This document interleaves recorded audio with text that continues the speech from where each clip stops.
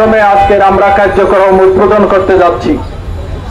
মহতারাম বাংলাদেশ জামায়াত ইসলামীর আমিরে জামাতের পক্ষ থেকে যেই বিশেষ ঘোষণা তিনি দেশবাসীকে সালাম জানিয়েছেন, এরপরে তার বার্তা হলো, 1 নম্বর, প্রিয় চট্টগ্রামবাসী, গত 5 আগস্ট 2024 হতে বৈষম্য বিরোধী ছাত্র আন্দোলন প্রেক্ষাপটে দেশ ও তথা বন্দর নগরী চট্টগ্রামে যে অস্থিতিশীল পরিবেশ সৃষ্টি হয়েছে তা নিরসনে সর্বস্তরের মানুষকে একসাথে কাজ করতে হবে।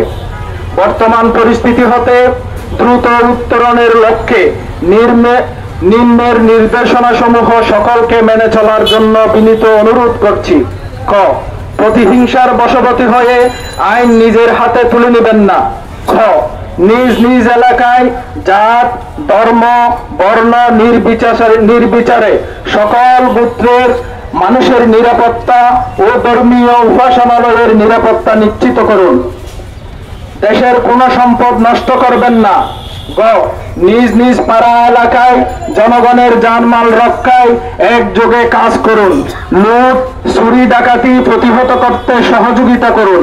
উম, নিজ পাড়া ও মহল্লায় স্বেচ্ছাসেবক নিয়োগ করতে সমন্বিত প্রয়াসে নিরাপত্তা নিশ্চিত করুন। চ, যত্রতত্র আগুন দিয়ে জিনিসপত্র ভরানো বন্ধ রাখুন। অপ্রয়োজনীয় জমায়েত জটলা পরিহার করুন। নিরাপত্তাজনিত কারণে বিভিন্ন জায়গায় অবস্থান গ্রহণ, মালপত্র স্থানান্তর বন্ধ রাখুন। সার্বিক পরিস্থিতি নিয়ন্ত্রণে সেনাবাহিনী ও অসামরিক প্রশাসনকে সহায়তা করুন।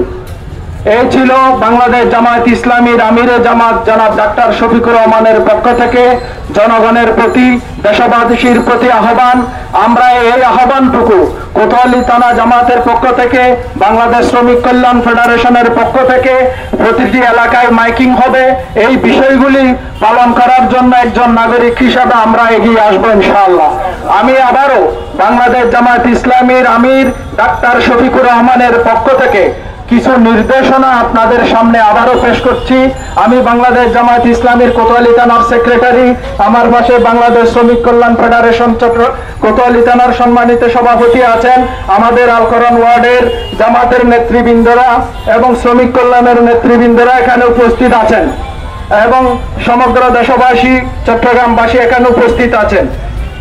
মহতারাম আমিরে জামাতের বাণী হলো, প্রিয় চট্টগ্রামবাসী, আসসালামু আলাইকুম। গত 5 আগস্ট 2024 হতে বৈষম্য বিরোধী ছাত্র আন্দোলনের প্রেক্ষাপটে দেশ তথা বন্দর নগরী চট্টগ্রামে যে অস্থিতিশীল পরিস্থিতির সৃষ্টি হয়েছে তা নিরসনে সর্বস্তরের মানুষকে একসাথে কাজ করতে হবে। বর্তমান পরিস্থিতি হতে দ্রুত উত্তরণের লক্ষ্যে নিম্নের নির্দেশনাসমূহ সকলকে মেনে চলার জন্য বিনীত অনুরোধ করছি। 1, প্রতিহিংসার বশবর্তী হয়ে আইন নিজের হাতে তুলে নেবেন না। নিজ নিজ এলাকায় জাত, ধর্ম, বর্ণ নির্বিচারে সকল গোত্রের মানুষের নিরাপত্তা ও ধর্মীয় উপাসনালয়ের নিরাপত্তা নিশ্চিত করুন। দেশের কোনো সম্পদ নষ্ট করবেন না।